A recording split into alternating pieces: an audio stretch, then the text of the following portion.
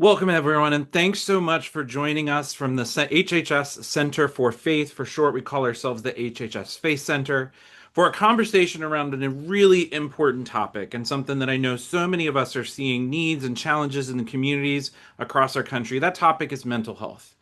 And so, as a part of our conversation today, as a part of recognizing May as Mental Health Month, we're so glad that you've joined us and come together with some amazing panelists that we're going to hear from today as we think about the ways that faith and community based groups can respond to this crisis in our local communities, have resources and tools from the Substance Abuse and Mental Health Services Administration, and all the different ways that we can be faith and community based organizations can be part of the solution in our local community. So, to start off that conversation, to get us moving in the right direction, I'm so excited and honored to welcome Dr. Monty Burks to share some remarks at the top of this call as our director, because some of the key things he wants us to be thinking about as a part of this issue. So, Monty, I'll turn the call over to you. Absolutely. Thank you, Ben, for such a wonderful and warm introduction. We are wrapping up Mental Health Awareness Month.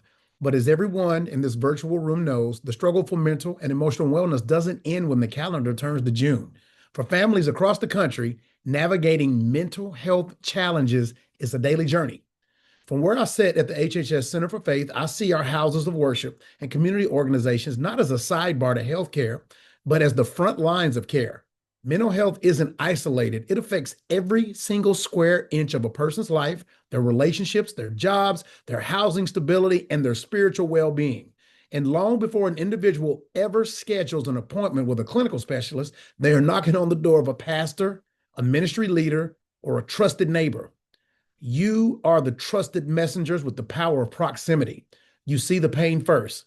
That is why today's webinar, Supporting the Journey, Faith, Mental Wellness, and Community Care is so critical. We aren't just here to talk about the statistics of the crisis. We are here to give you the receipts, the tools, and the strategies to move the needle. I am incredibly honored to be sharing this platform today with an extraordinary panel of experts who are changing the narrative nationwide. And not only are they experts, I can personally say each one of them are my friend. Dr. Daniel Amen, Dr. Tim Clinton, Dr. Glenn Moriarty, and my friend, Miss Dr. Reverend Sylvia Turner. Together, we're going to explore how we can help individuals look through a windshield full of hope, healing, and God-given purpose rather than a rearview mirror dominated by past trauma, anxiety, and isolation. We want to move from crisis management to what I call the scaffolding of resilience. That means equipping you, our faith community, and our community leaders with the practical conversation strategies needed to break down the walls of stigma, supporting our children, and guide struggling families with adult, absolute, unadulterated compassion. But compassion without coordinates isn't enough. We have to build a bridge between the spiritual support you provide and the clinical resources that can save a life. Today, every participant is going to receive practical toolkits and evidence-based resources to take back to our communities. We are proud to feature and distribute the latest digital materials from our colleagues at SAMHSA, the Substance Abuse and Mental Health Services Administration. These toolkits are designed for you to use immediately in your weekend services, in your social media platforms, and in your daily interactions. They will help you recognize the signs of distress, initiate tough conversations, and safely connect individuals to community-based care. This is how we ensure that our faith communities are the ultimate gateway to comprehensive wellness. I'll leave you with this. We are serious about the healing and the mind and the spirit.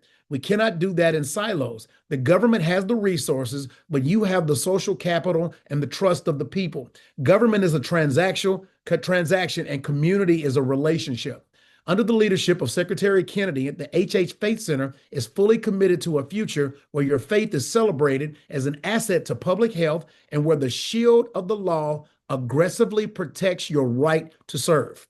I encourage you to stay in touch with us by signing up for our newsletter at faith@hhs.gov and following us on X, Facebook at HHS Faith Center, and our website, hhs.gov faith. Thank you for joining us today. Thank you for our phenomenal panelists, and thank you for your relentless dedication to supporting the journey. Let's dive into this conversation. Ben, take it from here. Monty, thanks so much. Thanks for reminding us about all these great tools and resources and hearing from some amazing leaders who I think we not only can recognize as leaders, but also friends of the center and this work and the government's coordination that we're trying to do around this work. So, Monty mentioned the SAMHSA Toolkit. That's an amazing resource if you're looking for ways to have conversations, ways to promote awareness and reduce stigma.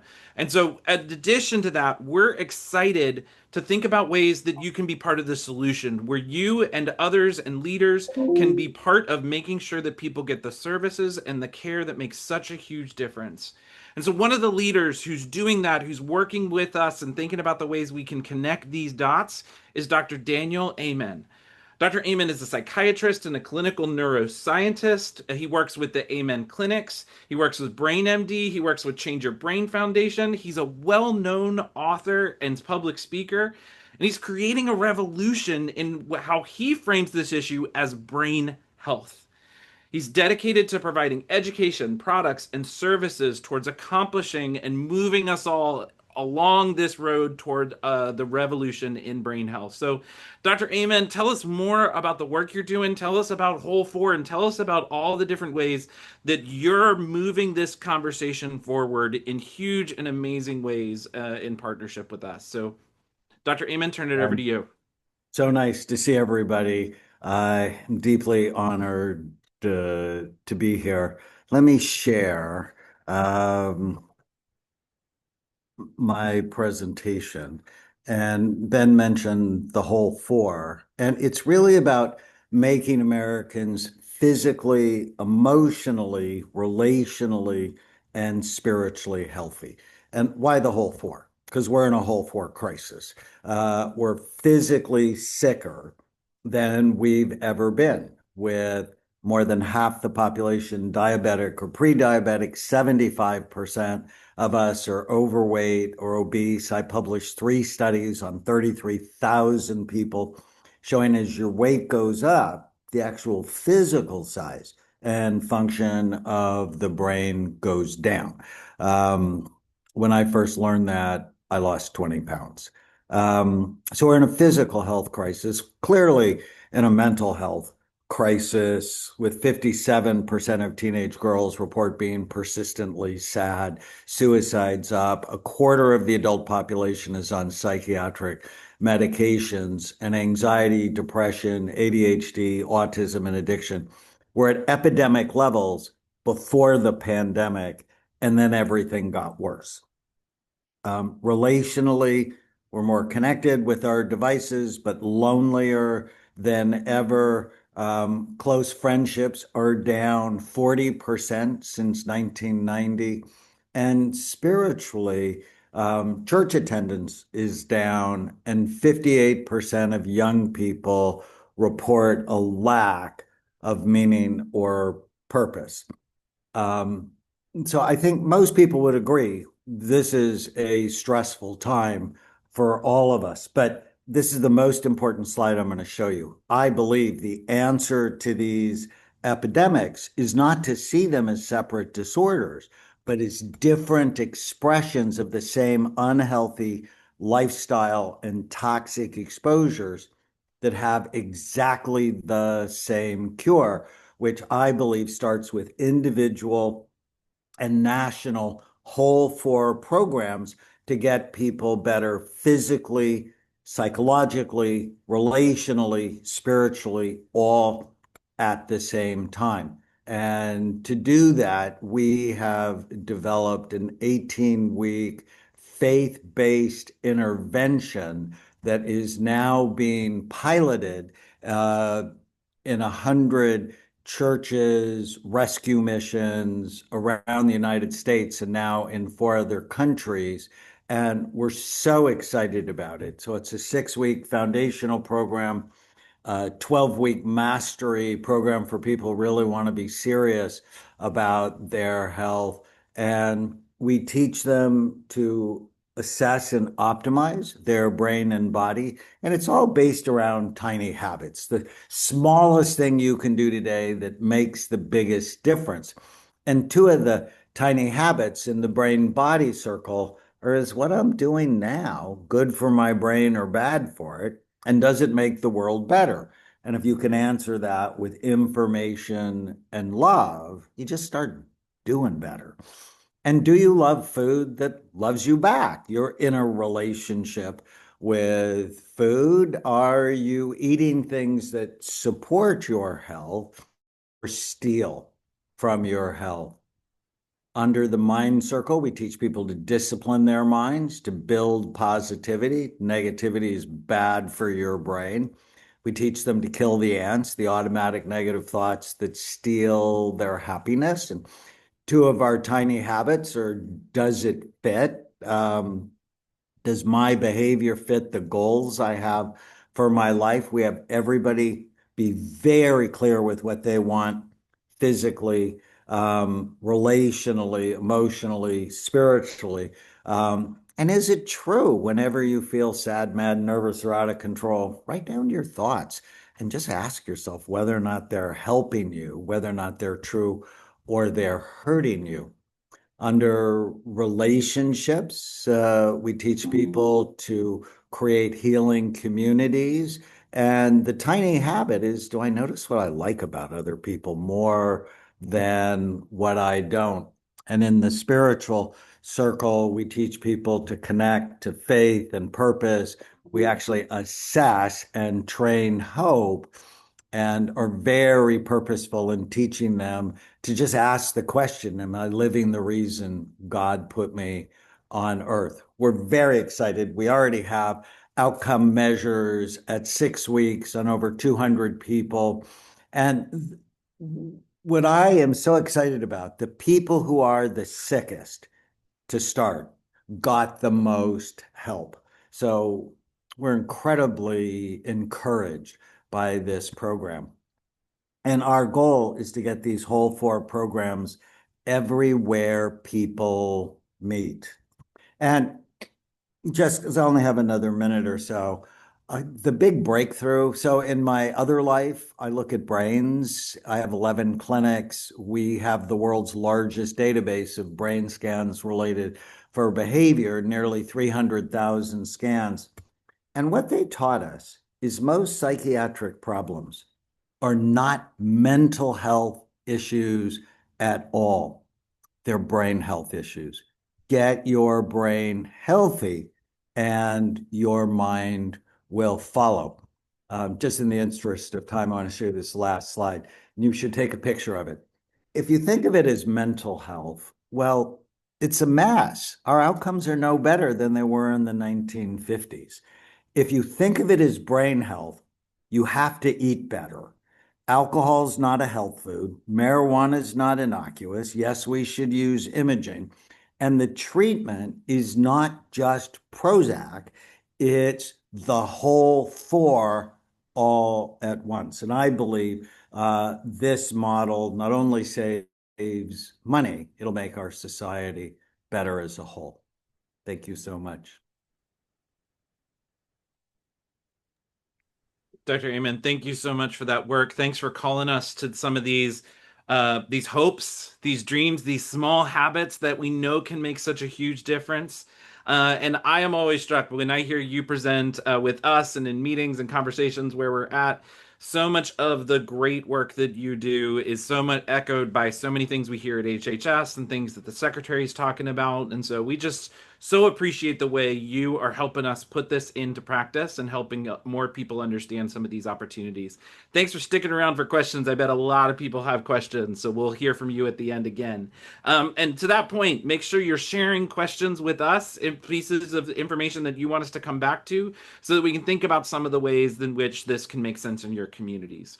So next, I'm excited that we get a chance to hear from Dr. Glenn Moriarty. He's the founder of Seven Cups, which is an online support network of people in need of emotional or mental health support. Since its launch in 2013, Seven Cups has drawn millions of monthly visitors and utilizes services from over 320,000 trained listeners in 189 countries and in 140 languages. His work with Seven Cups brings together his passion to use technology and the internet to help people in need. And Glenn, we still need that. We need to make good use of this thing called the internet, more than just our Zoom webinars that we're doing here today. But we're so honored that you're here and helping us think a little bit more about these strategies and programs that work together. So, Glenn, tell us more about Seven Cups. Make sure people know about the ways that they can participate in these communities and be part of the solution, aided by some amazing ways in which we can use technology in this space. So we're excited to hear from you. Turn it over to you. Thank you, Ben, for those warm words, and have just loved all the conversation so far. I'm gonna share my screen too, to help us just better see, I think, the possibilities of what we can collectively accomplish. So you should be seeing my screen now. Okay, so I'm a psychologist by training, but like many of you, I'm also a wounded healer. I've gone through my fair share of challenges in life, and I've had people in the church look out for me. And if it wasn't for them, I wouldn't be here today. And that's part of what inspires the work we're doing with the Church Cares. So today I'm going to talk to you about how we can strengthen the mental health system through peers, churches, and faith-based organizations. As Dr. Amen just shared, we have a major crisis. There's huge demand. And if we just work with mental health professionals or clinicians, we can only help a limited amount of people. However, if we train volunteers, people of faith, peers, clinicians, and we leverage AI, we can help many, many more people. As Ben said, our platform has 4 main components. So we have over 600,000 trained listeners now, 189 countries, 140 languages, communities or forums, growth paths or treatment plans. So these are similar to Dr. Amen's bite-sized, tiny habits, small steps, research back to help people heal. And then we also have clinicians on the platform. We've reached 80 million folks. We have 12 peer-reviewed published studies. Help is available at no cost, 24/7. We're one of the larger sites on the internet. We've won some awards from Stanford MedX and the U.S. Distinguished Leadership Award. But when we think about the work we're doing, one way to think about it is there's offline care and support, and then there's online care and support. So offline care and support would be in our health systems, but also our houses of faith, our local churches and congregations. This mostly happens offline. And then you have people that are being helped online by Seven Cups. So how can we build bridges between online and offline care to optimally help people? So what that looks like is you've got millions of people coming into Seven Cups, and we say, hey, are you interested in local help? They might want local community from a local congregation or a house of worship. They might need shelter. They might need food pantry support. We can refer them down to the ground so they can get that care. Similarly, you might have systems where people are kind of overwhelmed and there's not enough care to help people. They can refer those folks up to us on the cloud or online, and we can care for them. So we launched something called the Church Cares, and we created a faith-based training program where any person of faith can come in and get trained, get a badge. Soon they'll be able to get a certificate. We also provide white label or branded versions of the platform for churches and parachurch ministries. And last, we built a directory so people can find local faith congregations, local houses of support. And all of this is provided at zero cost. So in this pilot, we trained 15,000 Christian peer support listeners. These folks were incredibly productive. On average, they each helped 32 people, nearly 500,000 in total. And then people that were looking for help, we helped almost 90,000 Christians that were in pain. They spent an average of 2.5 hours on the time on the site per week. Now, my wife, who's a therapist, she's helped me a lot. But if we had to pay her to see all these folks, it would cost over $92 million. And again, because we're really interested in providing people local care, local support, we've sent 20,000 folks to churches, faith organizations, shelters, and food pantries. Okay, so what you see here are 2 triangles. So look at this one here. This top part is 7% of the population. These are folks with severe mental illness, real challenges. This next third, the functional needy box here, these are people with moderate challenges, a little bit of difficulties, maybe in recovery, maybe some substance use or addiction challenges. And then the last part here, the bottom of the triangle, is 60% of us. So these are folks that are in pain, struggling, day-to-day challenges, nothing clinical.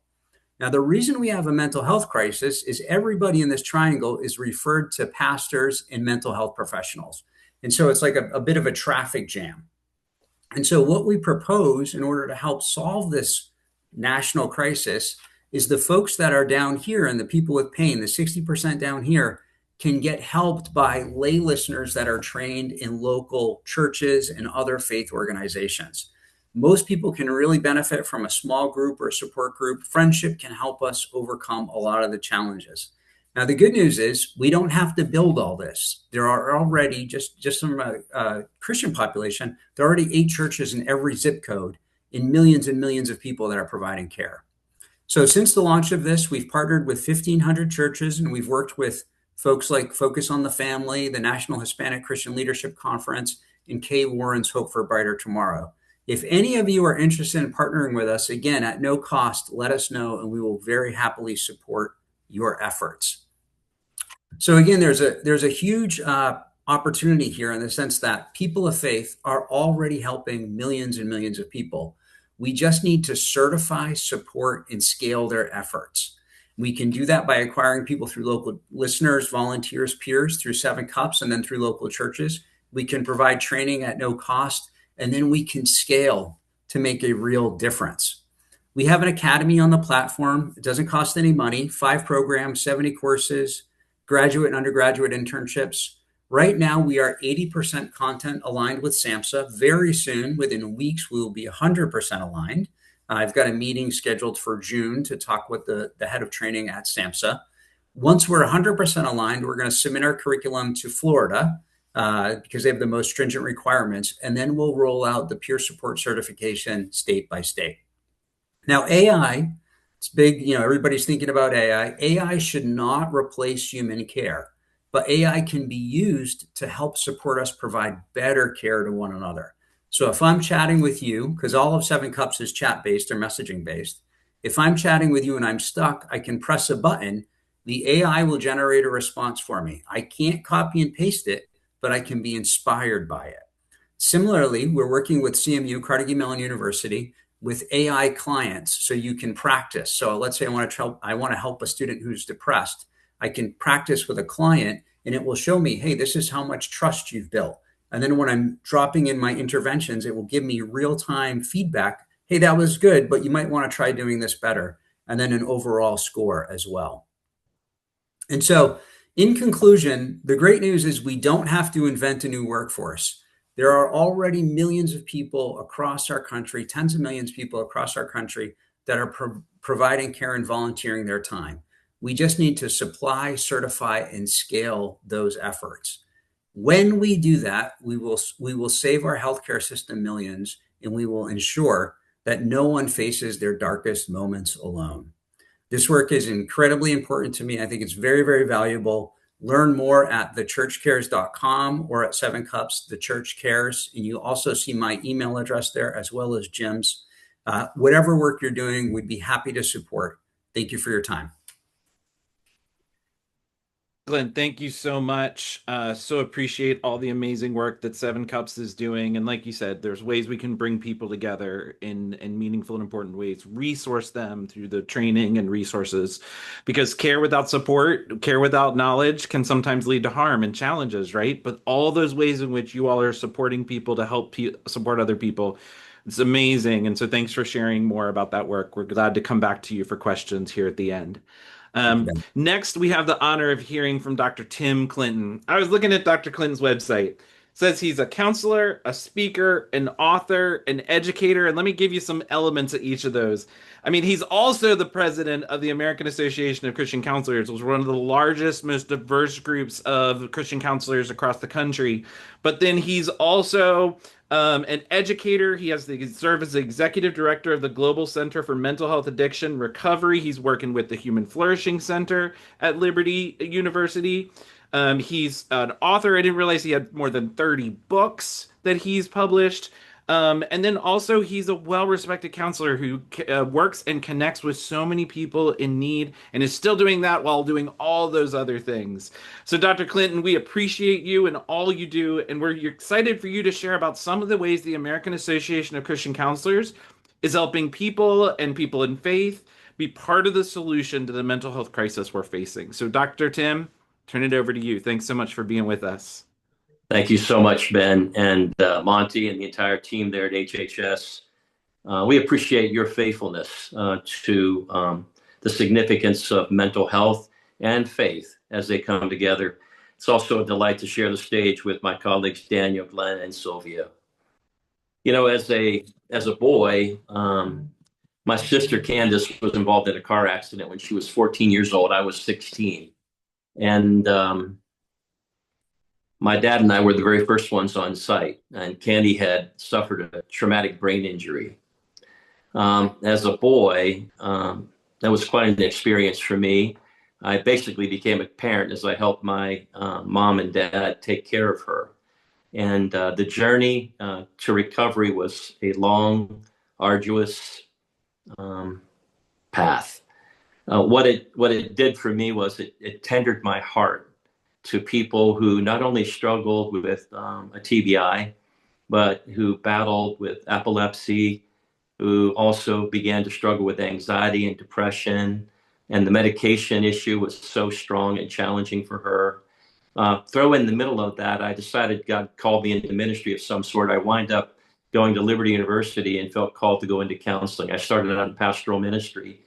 And I remember finally getting through my undergrad and my master's degree, and I was actually doing a clinical supervision experience, part of my internship. And I remember going into an office, and while I was in the office, I had my client come in, and this lady was really struggling, and I could tell she was fearful, agitated, just a number of things happening. And I was trying to relax and calm myself as I was behind the desk. And I remember looking over to her, and I began just taking a brief inventory, and she looked at me and she said, "Say Jesus."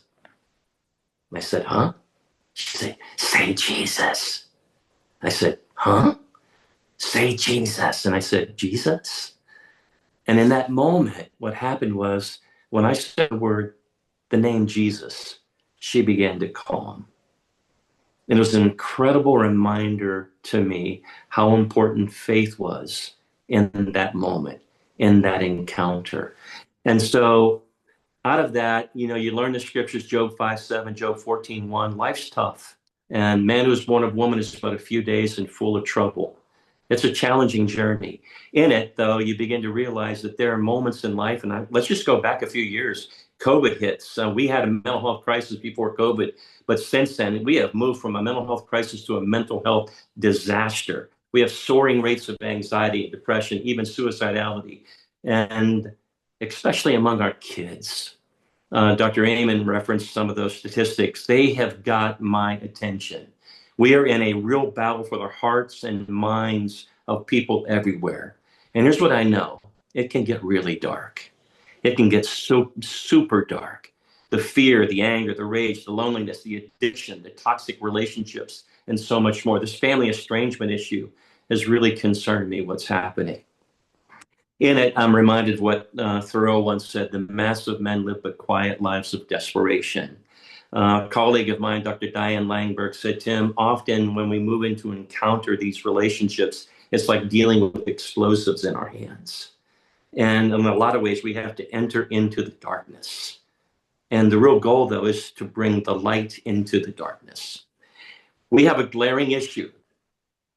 The glaring issue is that there is a massive gap between those who need help and those who provide help.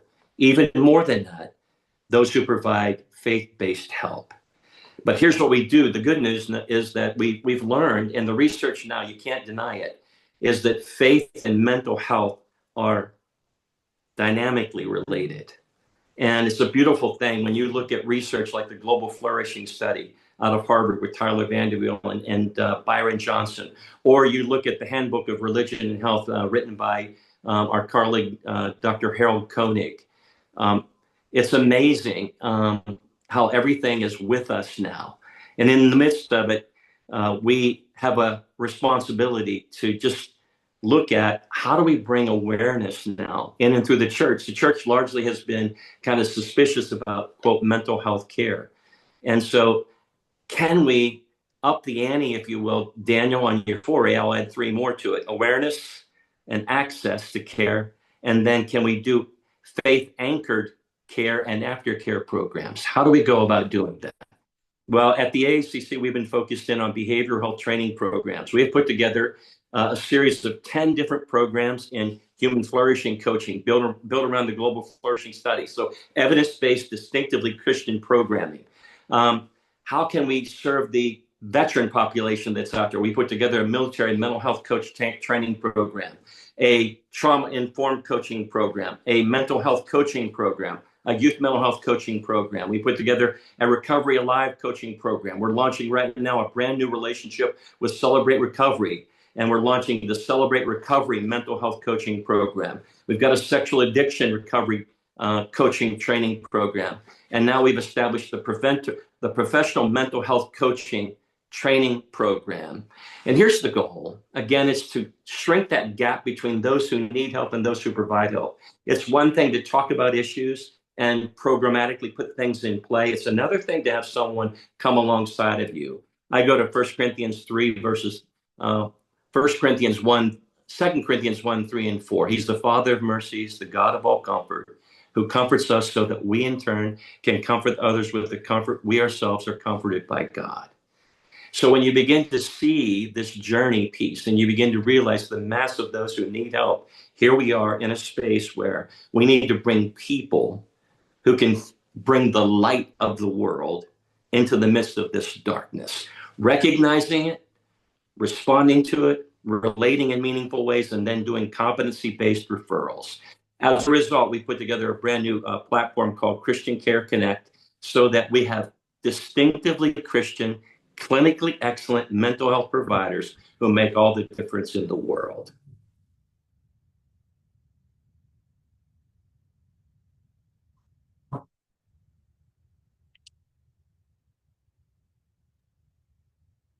Thanks, Dr. Lear. Were you at the end, or did the slides come up? Are you good? I'm good. I thought we timed out there. I'm sorry about that. But well, no, good. Let me give you a second just to wrap up. Yeah, go ahead. Yeah, I envision a day where people who desperately need help can easily access people who affirm their faith, not challenge or dispute or deny the power of God in that therapeutic encounter. Our mantra is we want to be clinically excellent and distinctively Christian. And wouldn't it be amazing to train an army? We're on a goal now. We've trained over 100,000 people in the last couple of years, and we've trained over 500,000 people all over the country now to be those first responders who step into the lives of people in any capacity to bring the hope of the world, that's Jesus, to them in their most challenging moments.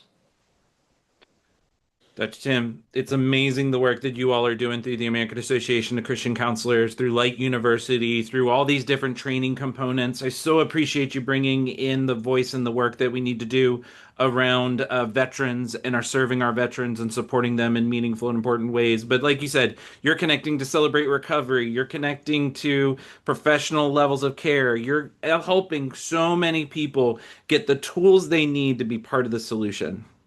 Yeah, Daniel, Ben, as a part of that, that relationship with Luke, we need a venue to be able to accomplish a lot of these efforts. And so the potential of training up veterans, for example, to speak to veterans, that's an incredible opportunity to do this very thing. And this coaching world, I think, will open up a massive box of help, if you will. Couldn't agree more. Thank you so much for that work, Dr. Clinton. We so appreciate you being here. Again, we got some questions coming your way. I've already looked in the chat, so glad to come back to you here in a second and to get some more perspectives and ideas from you. Thanks for all the work you're doing with us and in your community and across the country in huge ways. Thanks so much. Thank you. So our last speaker, it's my pleasure to welcome Miss Sylvia Turner to the webinar. She serves as the program manager with the Mississippi Public Health Institute, where she's been a key leader in bringing together faith leaders for the Mississippi Faith and Mental Health Summit. In fact, Sylvia may just now be recovering. Sylvia just getting back from having just hosted the third annual summit, bringing together more than 300 leaders there in the state who hear some amazing examples to receive training and education and to think about the ways they can be part of the solution to address mental health. It was an honor for the center to be with you all down there, and so it's an honor for us to welcome Sylvia here to our community and conversation and talk a little bit about the ways in which you all have been doing this work, have been connecting with leaders and building their capacity. You've got all the services through the crop program, and so we're just excited to hear from you about the ways you're kind of doing this there in Mississippi and making a huge difference alongside some of those faith and community leaders that you're bringing together. So, Sylvia, the call is yours. Good afternoon, and thank you, Ben, so much, you and Monty, for including me and having me on today. I am so excited based on what I've heard already. I just can hardly keep my seat because I tell you, the harvest is plentiful, the laborers are few, but just to see the group of people that I've been on with today lets me know that we have our hearts and our hands in the right place. I am Sylvia Turner, and I've gotten into this arena from a very personal standpoint. I married my high school sweetheart, and 3 weeks after was married, I discovered he was addicted to crack cocaine. And we both were active in the church. I, as an ordained minister, and he was the Sunday school superintendent. And we agreed that we would work on his addiction and we would do it together. But that's very easily said, and it's hard to do. And in church, I only knew to go to my pastor. But what I found was the pastor really wasn't equipped to help with what we were facing. And so we went through 4 rehabs.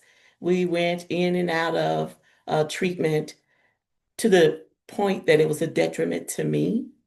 And I got angry with God. And I started losing my faith. And in doing so, I turned from the church and divorced my husband. And there was more sadness in my actions for me leaving the church and divorcing than there were for me staying in the marriage. But because there was no one I could vent to who understood my plight, I did what I thought was best for me.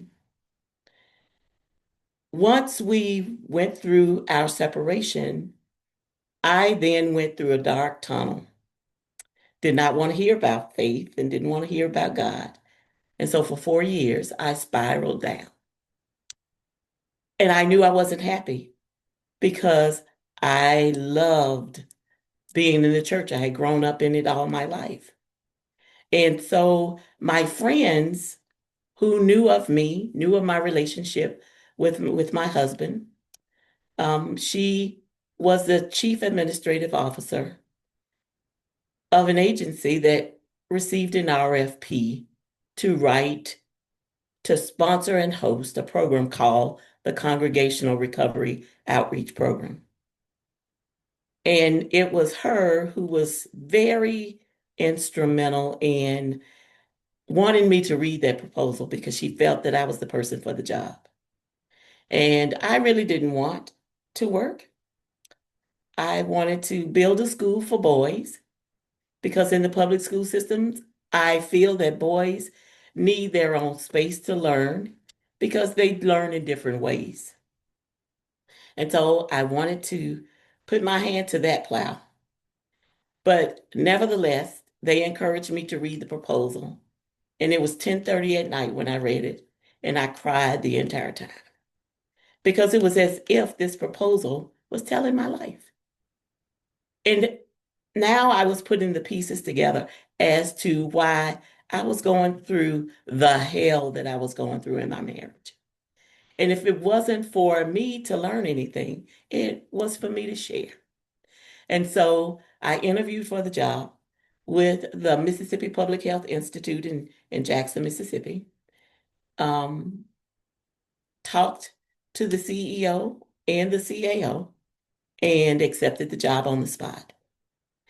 Basically, The state was paying me to be able to talk about Jesus all day and to be creative in developing a program that would help people be able to go to the first responder, the pastor, and the ministerial leaders in the church. And with that, we were able to develop a program where we train the leaders of churches to understand what to look for when people with addiction and with mental health challenges come in and need to be guided. So we wanted the church to be informed.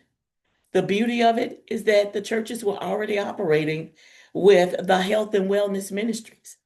They already had key people, behavioral providers, nurses, doctors who were interested in putting their hand to the plow, who could help with this initiative. And so we ran that, and it was run, first of all, in the African American churches because we initially wanted to deal with the disparities in racialized communities. But when we learned that substance use disorder, mental health challenges, they don't have ethnic groups that they specify. There's no respect of persons. So we opened it up to every church in the state of Mississippi. And what we found is that people are hungry to understand what the resources are for us to get out and help people have a voice, help families feel hopeful in what's going on, and to understand that they are not alone. As we continued this project and we are steady gaining momentum in churches across the state, we also took a look at what the pastors go through. How many pastors are suffering in silence? How many of them are addicts? How many of them have mental health challenges that are not being addressed? So what CROP has done in this past year is put together a project called The Breakthrough, which is a self-care for pastors. And what we do through that is we have an anonymous platform where pastors can go through a self-guided program consisting of seven modules, plus those that talk about grief. Because how many caskets can pastors walk behind before they start being affected by the grief that they've seen from the parishioners that they serve? How many of them suffer in silence with mental health issues? How many of them feel lonely and in isolation? And so we have been able to put together this online platform so that pastors can go in their own time, in their own space, self-directed, can be ministered to, and at the end of it, they can also reach out to some behavioral providers that have been selected by the Department of Mental Health, which are our funders, and they can sign up for at least 6 45-minute sessions of counseling with one of the 3 providers that are listed. Their sessions can be in person or it can be telehealth. The sessions are open for pastors, for their spouses, as well as members of their ministerial team. We understand that we can do more when we are educated and informed. When the pastors feel hopeful and they have congregants that also share in the work that can be done. We've seen through the Congregational Recovery Outreach Program, pastors being allowed the space and the time to do more counseling on other things because they have the people in place from the health and the wellness ministry that can help alleviate them from dealing with those who have mental health challenges and or substance use disorders. I love what I've been able to do with CROP, through CROP, and God has expanded my interest in even reaching out further to do the Healing Center of Mississippi. And what we are going to do there is to develop recovery support organizations for those who are getting out of prison and out of treatment and don't have the direction that they need in order to tap into the mainstream society to get what they need. We are excited about venturing out into this arena, and we are thankful and hopeful for all of the messages that have gone out today in support of peer support specialists, because they are definitely needed in order for us to continue this work. Thank you so much for your time, and I am more than honored to be here to share. Miss Sylvia, thank you so much. This is amazing to hear all that history and your lived experience, but also how you ain't done. You still got more and more vision and more things that you are seeing and seeking to help in your community, and it's beautiful to see. We're so honored that you're here with us and of joining us as a part of this conversation and these leaders who are doing such amazing work around the country and alongside your work there in Mississippi. So we're so honored. Thank you so much for that work and those conversations. Well, as everybody comes back on here, thank you for the questions that folks have shared in and brought into this conversation. We so appreciate that. Feel free to continue sharing your questions. We got some time here. I so thank everyone for staying on time so that we had time for questions, for people to share some of these conversations. Many of you have asked about the training. So in our follow-up email, we'll make sure to send you links to all the websites and the resources that are available from each of our leaders and the ways you can get involved and connect to some of those supports and activities. That includes the conference, the conversations, all the different efforts and ways that you can be involved, and connecting up some of those dots as well. So be on the lookout for that follow-up email. That'll include some of those links to where you can become part of any number of the things we've talked about in the call today. Dr. Amen, I want to come to you for the first question that kind of talked about how we get ahead of some of these challenges and how does Whole4 kind of, and when we think about this more comprehensive system that you're proposing with Whole4, how does it help us kind of get ahead of some of the challenges that can lead to mental health challenges? When we think about all these different areas and we think about brain health, how does it help us kind of move more towards wellness and away from even kind of worrying about or thinking about the challenges that may face with mental illness? Can you share a little bit more about some of those health pathways that you're facilitating through this? So nobody loves or cares about their brain. It's, I was, 32 years old when I got my first scan, and it was not good. And it's the first time, and I'm a double board certified psychiatrist. I was the top neuroscience student in medical school, and I just didn't care. But when I saw that it wasn't healthy, I got really serious. So I think we actually have a high school program called Brain Thrive by 25, decreases drug, alcohol, and tobacco use, because we teach young people to love and care for your brain. And the beautiful thing about the Whole4, it's not just going after depression.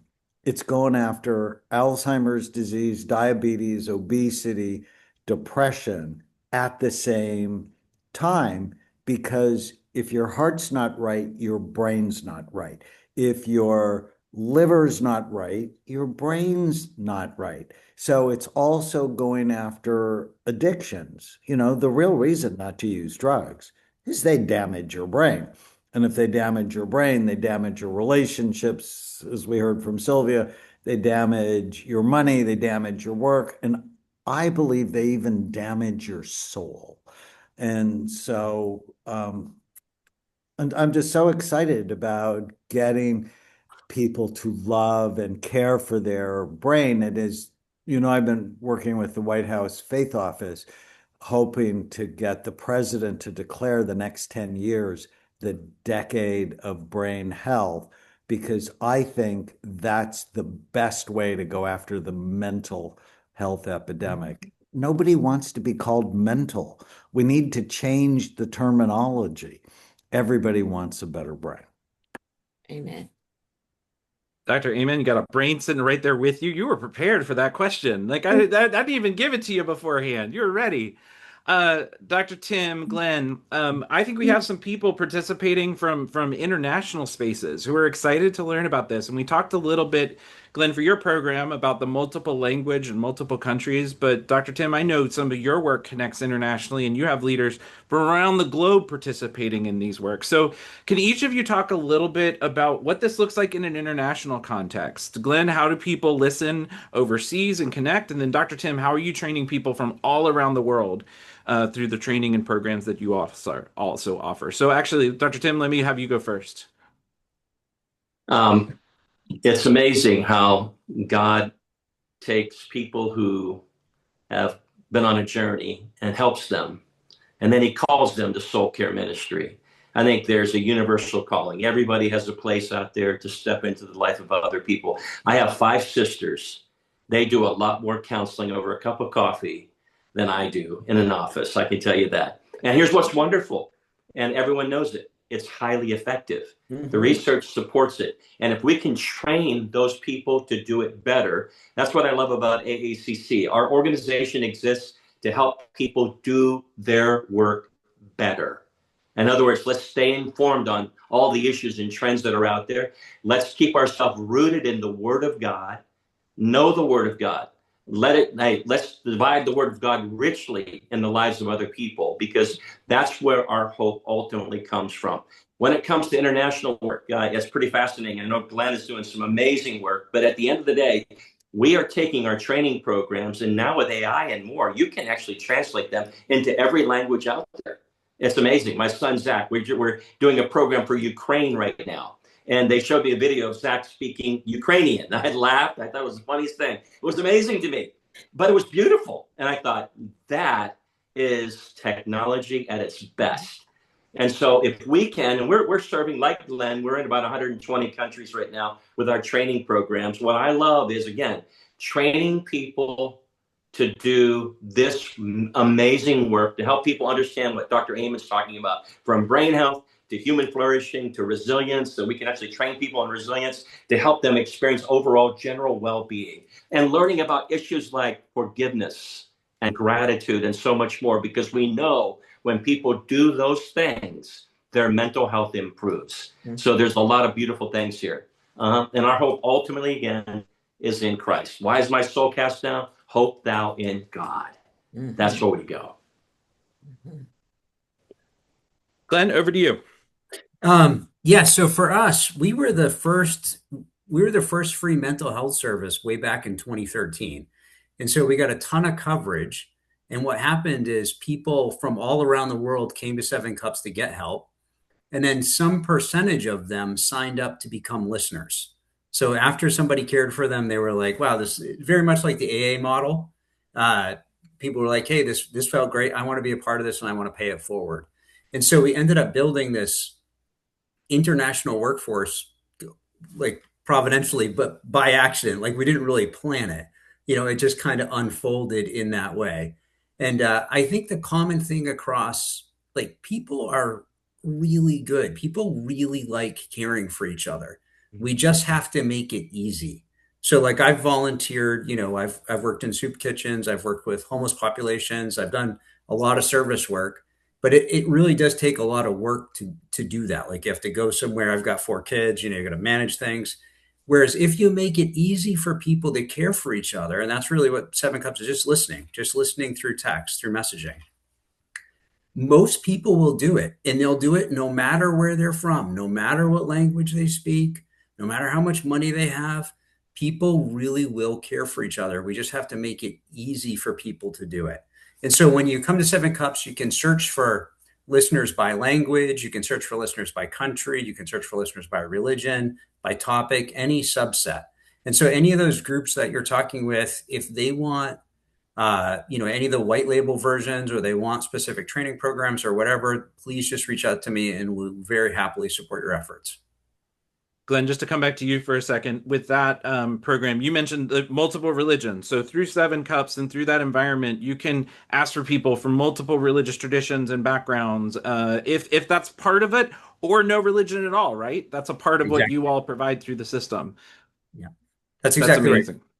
Yeah, because people, like people, they may want to connect with somebody that speaks their, their home language. They may want to speak with somebody who's a part of their faith. And if they want those options or their country, that we want to basically be able to provide that. Mhm. And then Dr. Tim, let me come back to you real quick. And then Sylvia, I got a question for you, Miss Sylvia, coming to you next. Like, Dr. Tim, I mean, some people want scripture in their training. Some people want a deeply Christian point of view. And that's one of the things you're providing through the network that you mentioned that connects people to some of those individuals who want that part of the service too. Is that right? Yeah, I think there's a real hunger. Faith has exploded in our country. Faith is back. And what saith the Lord? What does God really want us to understand about Him, about life's issues, and with the knowledge and skill we now have? I remember Gary Smalley. I was working with Gary. He's gone now on marriage. But Gary said, Tim, with the knowledge we now have on marriage, there's no reason why couples should be really struggling. We just need to figure out how to get it in their hands. I agree with Glenn. And at every level, I see interconnectivity from Sylvia to Daniel to Glenn, and through what we're doing. At every level, these things, if they interconnect, we've got to get beyond siloism and begin to work collaboratively together with a message of hope. And here's the thing: the majority of people who seek mental health care want their faith addressed as a part of that journey. I just want to make sure, and I want to challenge people, primarily in the Christian faith, to what? Be unashamed of it. Let's get beyond the silence and shame and stigma, and let's champion, like Sylvia's doing down there in Mississippi, the way of Christ in the midst of our life's most darkest moments. And what a beautiful opportunity. A prescriptive pen like Dr. Amen and what he's doing is beautiful. Think about what that would have meant to me as a young boy. And I grew up in a pastor's home with a sister who had a TBI, a traumatic brain injury. And then the journey we went on as a part of that recovery process. And so we want to facilitate all this. And our goal, again, is let's train up an army of people. I'm talking about 1 million people who will understand the issues, unashamedly stand for Christ, and bring it into those moments. That's what we need to get done. And we need platforms. We need platforms like Luke. You talked about veterans. If we could use platforms, the Department of War and the VA and other people would get behind it. HHS would get behind it, get behind all these programs. Imagine what God could do in this moment. Dr. Clinton, you've got a cheerleader in Sylvia. She's giving you hand claps and all kinds of support up there. So she's just giving it all. Miss Sylvia, I want to come to you for one of our last questions that we have time for. You mentioned recovery support organizations, recovery care organizations, Yes. RCOs. Mhm. Tell people more about like what that is, where those groups are, and like how that's a part of the solution. That can be a part of the solution. Like you're facilitating that solution down there Okay. in Well, Mississippi. well, actually, this all was new to me. I was introduced to it. We sponsored the Mississippi Mental Health Faith-Based Summit, 25, the year of 25. And a group from Conyers, Georgia, came to the summit. And the executive director of Grit and Grace, Mr. Bill Carruthers, he was incarcerated. And in getting out of jail and the criminal system, he knew he didn't want to go back to where he was. And he wanted to be successful as he matriculated back into mainstream society. But what was out there for him was not what he needed. And so he created what he wanted to see and what he needed in order for him to survive. And he created a recovery support organization. And he invited me to come to look to see what it looked like. And I had the pleasure of last June of going to spending a week with them and to actually see how people with lived experience who were in recovery needed to have a bridge of hope so that they didn't fall in the gap. And Mr. Carruthers had developed a program that helped them do that. He worked cultivating relationships in the business community of Conyers. He worked to foster relationships with churches and with food pantries in order to help meet that need. He also worked with trying to find housing that would be feasible for these individuals to come together and live together and not be homeless, but to establish community and then be fed. And he would also run group sessions for them. He partnered with NAMI in order to offer some sessions at his site. And so those are safe havens. Those are places where people can come, feel loved. And what it really is, what I saw was what the church should be doing right there at the Recovery Support Organization. And we should have more of that. He had a place for them to come and shower, for them to eat, and for them to have space to just debrief and breathe. And the ultimate thing is for them to find their voice in order for them to be an integral part of their recovery. And they could also share that with those who would come in and look like him. Miss Sylvia, it's amazing. It's such a great networking group. We're so glad you're bringing that model to Mississippi and bringing it to more people. It's been amazing to see and connect. And you kind of gave us a word right here at the end. We want all of us can be bridges of hope. All of us are facilitating bridges of hope to people in need in local communities across our country. Monty, share with us a closing word before I give everyone our next webinar that they got to make sure to sign up for. Monty, go ahead. Absolutely. Closing word. I'm always honored, thrilled to hear all of my wonderful colleagues share and also reading the questions and the comments, the interactions. We know that this is a ripe time for us to do this. Sylvia, thank you for the great word. Tim, thank you for the great word. Glenn, Daniel, all of you. Our communities, especially our faith-based communities, have been gatekeepers and first responders since well before government existed. I'm very thankful to all of you to bring tools to our faith-based communities. So not only can they continue to do the work, they can do it better with excellence. And so I'm honored to be with you and hope to see you all soon, face to face for some in-person fellowship and coffee. And thank you again. And Ben, this has been a wonderful, wonderful panel, arguably one of our best so far. And so I want to give you some flowers as well today, my friend. I appreciate you for the good work and the wonderful bow tie. And so Ben, take us home. Thank you, Monty. Thank you for that. And really, all the honor and support is to these amazing leaders who've joined us today and the great work and ways they're facilitating. Miss Sylvia, I see you with one more thing. Yes. Is there a way that we can have each other's contact? Because I want to.